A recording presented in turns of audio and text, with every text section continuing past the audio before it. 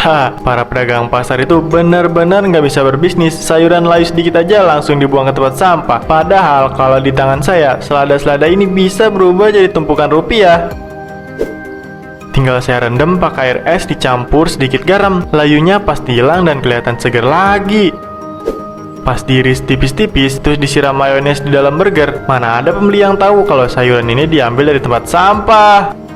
Tomat keriput begini kalau dipotong tipis.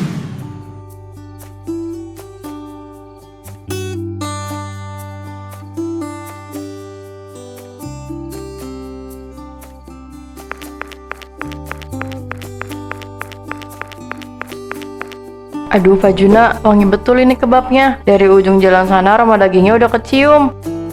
Anak saya di rumah sampai ketagihan, minta dibeliin terus tiap malam. Kalau belum makan burger atau kebab buatan Pak Juna, katanya belum bisa tidur. Alhamdulillah Bu Mardi, ikut senang saya dengarnya. Memang niat saya dari awal jualan itu untuk memuaskan lidah pelanggan. Daging yang saya pakai ini bukan daging sembarangan Bu. Pilihan semua diracik pakai bumbu rahasia yang saya ulek sendiri. Makanya aromanya bisa beda dari yang lain. Iya sih Pak, kelihatan banget dari cara Pak Juna menata gerobaknya. Bersih, piring-piringnya kinclong, sayurannya juga segar. Zaman sekarang susah betul cari pedagang makanan yang jujur dan menjaga kebersihan begini. Di kompleks sebelah itu ada yang jualan murah, tapi aduh tempatnya jorok banget, bikin was-was kalau mau beli. Wah, kalau itu sih kebangetan Bu. Kita kan jualan makanan, apa yang masuk ke perut orang itu harus suci dan bersih. Bagi saya keuntungan itu nomor 2. Yang utama itu berkah dan kepuasan pelanggan seperti Bu Mardi ini. Uang bisa dicari, tapi kepercayaan orang kan mahal harganya. Nah, betul banget itu Pak. Jarang-jarang ada pedagang punya prinsip mulia begitu. Ya udah, kebabnya ditambah 1 lagi ya Pak. Jadinya 3, biar suami saya di rumah juga bisa kebagian malam ini. Siap Bu Mardi, langsung saya buatkan yang paling spesial dan dagingnya agak tebal. Ditunggu sebentar ya Bu.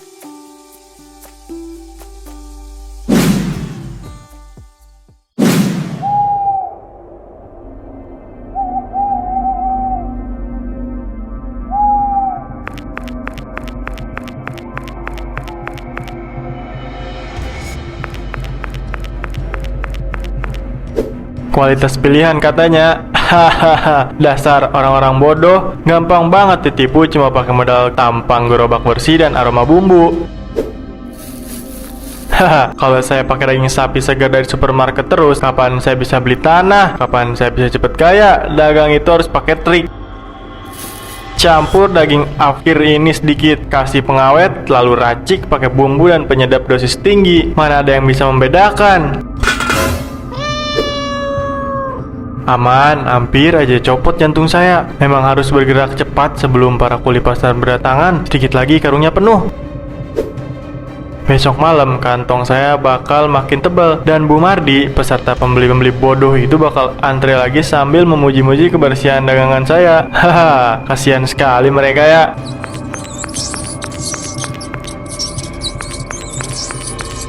Wah, kalau aku bisa tambahin daging tikus, bisa lebih banyak dagingnya, lumayan kan? Wah, ini gede banget tikusnya, bisa banyak nih dagingnya.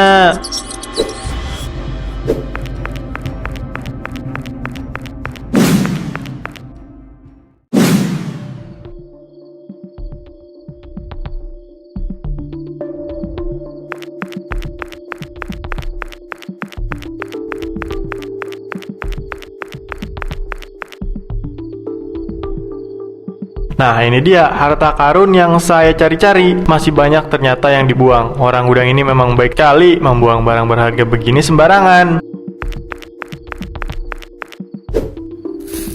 Masyarakat sekarang itu terlalu penakut sama yang namanya tanggal kadaluarsa. Padahal saus begini kalau warnanya agak berubah, tinggal dicampur air panas sedikit, dikocok-kocok, lalu botolnya dilap sampai bersih dan kelihatan seperti baru keluar dari pabrik lagi. Siapa yang bakal sadar coba?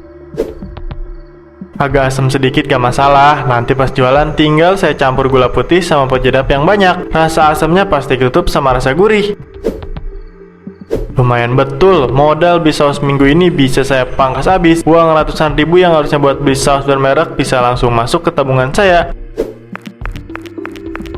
Memang nasib orang pinter itu selalu beruntung, gak seperti pedagang-pedagang jujur yang hidupnya pas-pasan terus.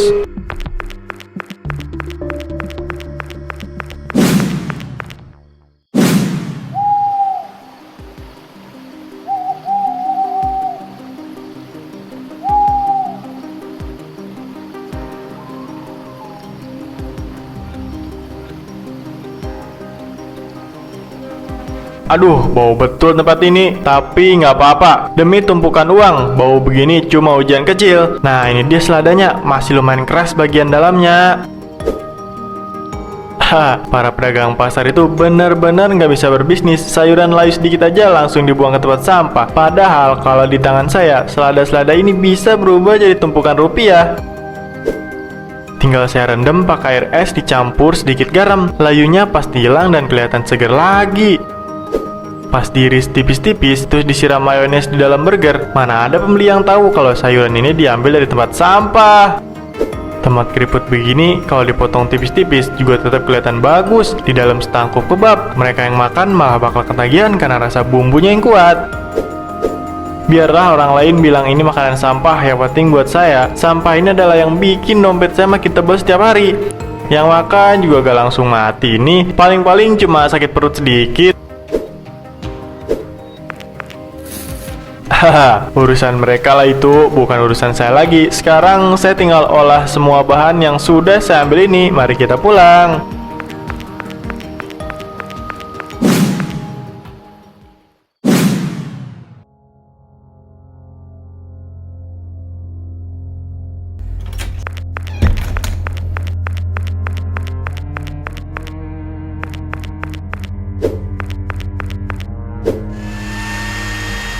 Nah, ayo hancur kalian semua di dalam, berubah jadi tumpukan emas buat saya. Kalau melihat bahan aslinya begini memang agak menjijikan sih. Tapi kalau udah dilewati mesin giling ini, siapa yang bisa tebak riwayatnya? Nggak ada.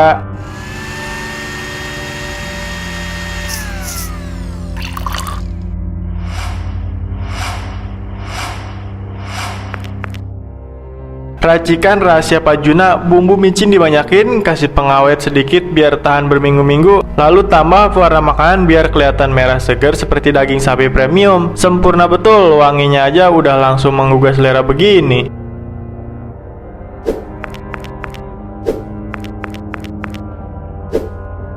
Siapa bilang cari uang melimpah itu harus jujur sampai memeras keringat? Itu mah cara orang-orang kuno yang nggak punya otak bisnis. Yang penting itu hasil akhirnya.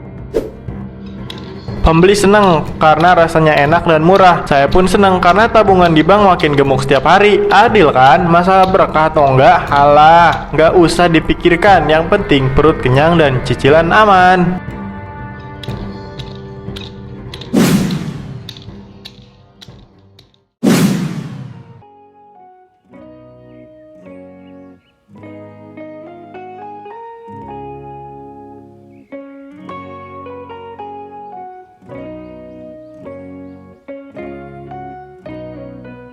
Halo Pak Juno, wah untung saya cepet datang, antreannya udah panjang betul ini. Iya, alhamdulillah, silahkan mau pesen berapa? Tolong burgernya buat 2 ya Pak, tolong dagingnya agak tebal. Anak saya ini dari kemarin merengek terus minta burger buatan Pak Juno. Kata dia rasa daging di sini beda, gurihnya mantep banget. Siap, langsung saya buatkan yang paling spesial buat jagoannya. Betul banget, daging saya ini kan memang diracik khusus dengan daging pilihan yang segar. Saya nggak mau mengecewakan pelanggan, apalagi anak kecil. Kebersihan dan kepuasan itu nomor 1 di lapak saya. Betul Pak Juna, makanya kami rela antre lama-lama di sini. Di tempat lain dagingnya kadang hambar, sausnya juga pelit. Kalau di tempat Pak Juna ini sausnya melimpah, sayurnya juga kelihatan segar betul. Benar-benar pedagang yang amanah sampean ini Pak. Alhamdulillah, terima kasih banyak atas pujiannya Bapak. Niat saya memang cuma mau mencari berkah yang baik sambil menyenangkan perut orang banyak. Silakan ditunggu sebentar ya semuanya, pasti kebagian semua kok. Stok daging segar saya hari ini masih banyak banget di dalam kotak es.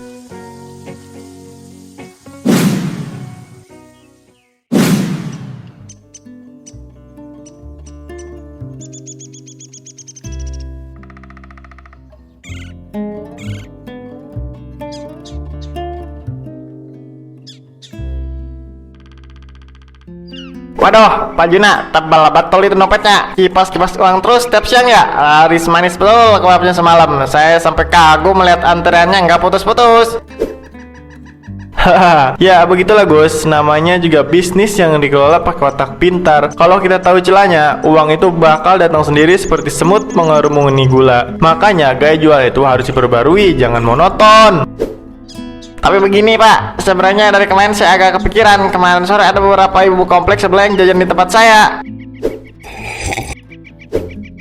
Mereka cerita katanya anak-anak mereka ada yang meledak diare dan muntah-muntah setelah makan kebab. Bukan cuma satu anak Pak, ada 3 orang. Sampean kalau beli bahan-bahan di pasar pastikan aman dan seger semua kan Pak. Saya cuma khawatir aja.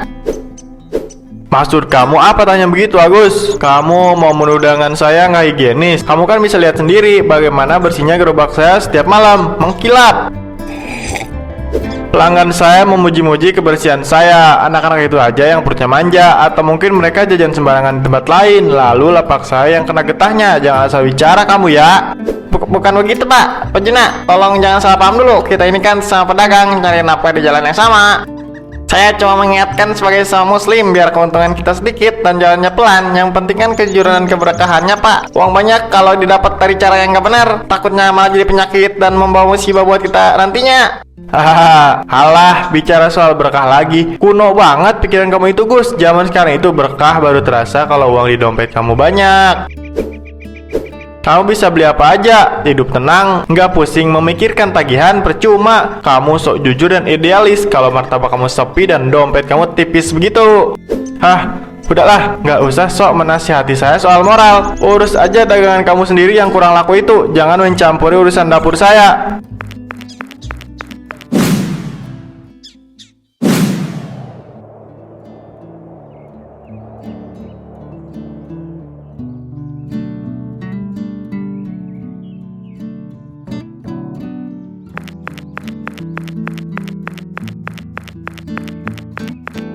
Itu Pak Juna, jalan cepet-cepet seperti kejar setan aja. Akhir-akhir ini kalau berpuasa di jalan udah jarang sekali mau senyum atau sekedar menyapa. Padahal dulu awal-awal jualan ramah betul orangnya. Makin kaya kok malah kelihatan makin tinggi hati ya. Ya Pak, saya juga merasa begitu. Tadi siang di kedai kopi saya mencoba ngobrol baik-baik dengan beliau. Oh, sudah beritahu rupanya. Iya Pak, saya ingatkan soal keluhan beberapa warga tentang kualitas makanan. Tapi tanggapannya malah ketus banget. Beliau langsung marah dan merasa cara pedagangnya paling benar karena keuntungannya melimpah. Walah, dinasehati malah marah. Padahal kan demi kebaikan dia juga. Saya sendiri sebenarnya agak curiga Mas. Kok bisa dia jual kebab dengan porsi daging sebanyak itu tapi harganya murah betul? Di saat harga daging sapi di pasar lagi melonjak naik, kan nggak masuk akal sehat. Kalau dipikir-pikir pedagang lain aja pada menaikkan harga atau mengurangi porsi. Saya nggak berani menuduh yang tidak-tidak Pak. Hati dan rahasia orang kan cuma Tuhan yang tahu. Tapi saya pribadi cuma bisa berdoa semoga Pak Juna disadarkan sebelum semuanya terlambat. Amin Mas. Karena hukum alam dan keadilan Tuhan itu pasti ada. Kalau kita memberi makan orang lain dengan cara yang tidak jujur, lambat laun kebohongan itu pasti akan terbongkar juga. Kita jaga lapak kita masing-masing saja dengan jujur Pak. Biar sedikit, yang penting selamat dunia akhirat. Betul banget Mas Agus. Biarlah orang lain mengejar dunia dengan cara curang. Yang penting kita cari yang menenteramkan hati aja. Selamat sore bapak-bapak. Nih saya bawakan cemilan enak yang sangat cocok untuk kalian yang lagi ngobrol.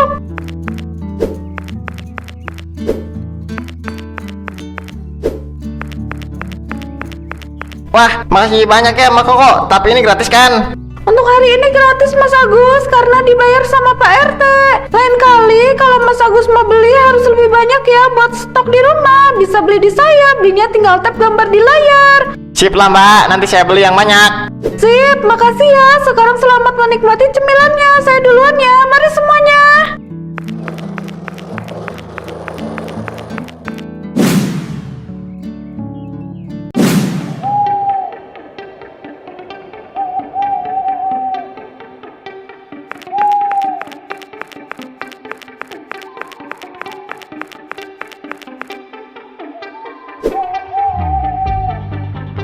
Sebentar, itu plastik hitam besar banget. Punya siapa yang tertinggal di situ? Kok sepertinya sengaja ditaruh atau dibuang ya?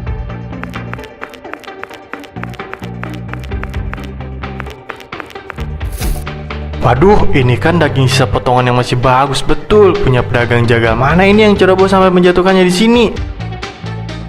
Atau mungkin sengaja dibuang karena udah sehari, tapi baunya belum terlalu busuk, masih bisa diselamatkan ini. Lumayan betul buat bahan tambahan besok malam. Aduh, kok mendadak dingin banget ya? Perasaan saya atau tempat ini memang jadi agak aneh. Halah, nggak usah penakut Juna.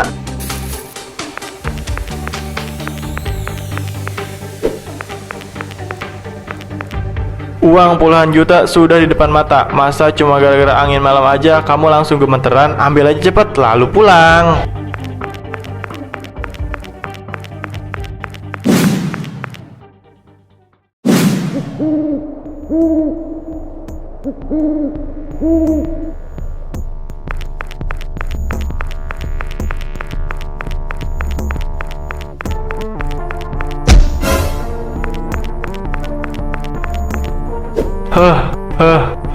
Aduh, kenapa lagi nih gerobak? Kok mendadak berat banget, kayak ngangkut semen 1 ton. Padahal jalannya rata, gak ada batu atau lubang di depan roda. Sialan betul, mana sepi banget, gak ada orang lewat sini. Ayo dong jalan, jangan bikin repot di tempat gelap begini. Saya mau cepat pulang dan tidur. Suara apa itu? Kok banyak banget tikus selokan? Pergi kalian! Hah? Itu kenapa banyak banget sepasang mata merah di pojokan sana? Jangan mendekat! Pergi! Apa ini? Tikus? Kenapa banyak banget tikusnya? Astagfirullah, tolong! Pergi kalian! Pergi dari sini! Jangan mendekat! Tolong! Siapa saja di luar sana tolong saya!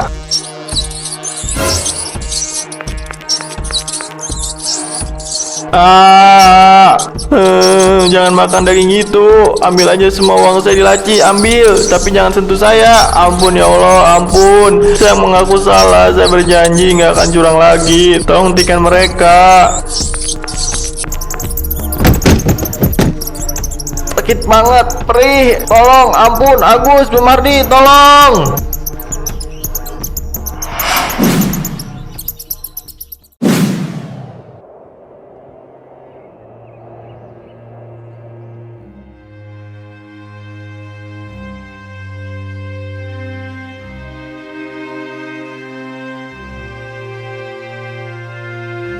Ya Gusti, merinding seluruh badan saya melihat bekasnya. Jadi berita yang beredar sejak subuh tadi itu benar. Pak Juna benar-benar hilang dimakan kawanan tikus semalam. Kenapa bisa ada kejadian semengerikan ini di kota kita?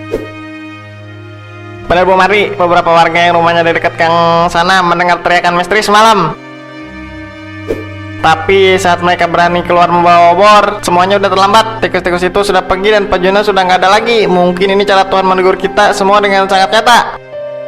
Saya masih nggak habis pikir, Mas Agus, selama ini kita semua melihat beliau sebagai orang yang sukses, ramah, dan dagangannya selalu bersih. Kenapa akhir hidupnya bisa tragis dan mengenaskan begini ya?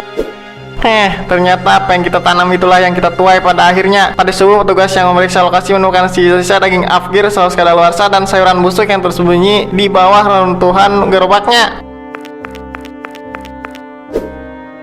Ternyata selama ini beliau mengambil jalan yang salah dan menipu kita semua demi meraup keuntungan pribadi yang melimpah. Beliau melupakan keberkahan demi tumpukan uang semata.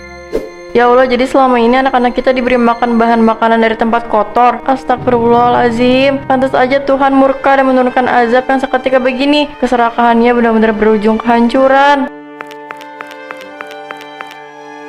Kejadian ini adalah pelajaran yang sangat mahal dan berharga buat kita semua yang masih hidup. Mulai hari ini mari kita bersepakat, kita bersihkan pasar kita jaga kualitas dagangan kita masing-masing. Biarlah keuntungan kita sedikit, jalannya pelan, yang penting jujur, amanah, dan membawa berkah buat keluarga di rumah. Jangan sampai ada lagi di antara kita yang meniru jalan Pak Juna. Betul Mas Agus, mulai sekarang keselamatan dan kejujuran nomor 1. Biarlah bekas lapak ini dibiarkan kosong begini aja untuk waktu yang lama. Biar setiap kali kita lewat sini, kita selalu ingat kalau keserakahan dan penipuan gak akan pernah berakhir baik. Yang tersisa pada akhirnya cuma penyesalan yang gak ada gunanya lagi.